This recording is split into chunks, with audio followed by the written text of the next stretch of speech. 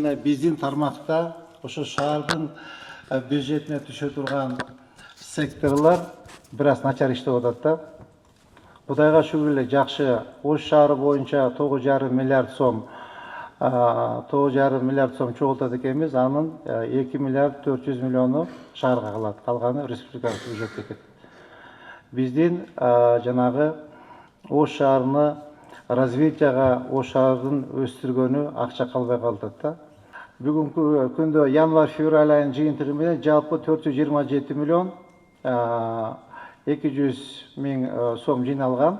Анын ичинен салык тарабынан 351 миллион сом салык жыйналган. То есть бул жакшы деген көрсөткүч.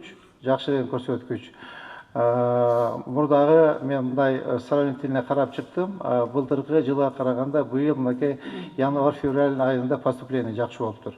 УМС боюнча биздин өзүн мынабы УМСтин налоговый платежкалар боюнча биз баары өзүбүз карап, өзүбүз контролдоп атабыз.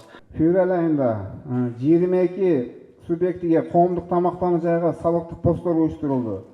Жана анын жекече орточо күнүмдүк выручкасы 2 миллион 654 миң сом түшсө, посттон кийин 4 миллион 359 миң сомго көбөйттүк. Же болбосо өсүү ыргагы 164% түзөт.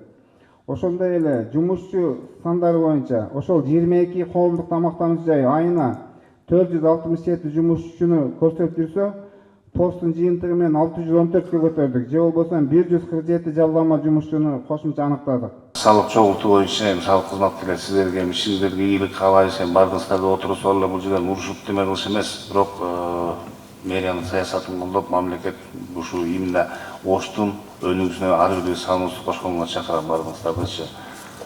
Анан өзүңүздөр билесиңер, 2025 жылдын январь айында күчүнө кирди. Коррупциялык мыйзамдардын бардыгын катуулатты, өзүңүздөр билесиздер. Ал жерге деген бир тууганың, балаң, бала чакаң, никтошто өзүң эмес, ошолорго да кедергисин тийгизет ал нерсечи. Мына мамлекет бардыгыбыздын айлыгыбызды көбөйтүп берип атат, ушундай шарттарды түзүп берип атат, мүмкүнчүлүктөрдү берип атат. Эми өнүгүүнүн бир жакшы жолуна түшүү үчүн аракет кылып, жакшы өзүбүздүн колубуздан келген салымыбызды кошколу. Сиздерге протокольное поручение, тапшырма.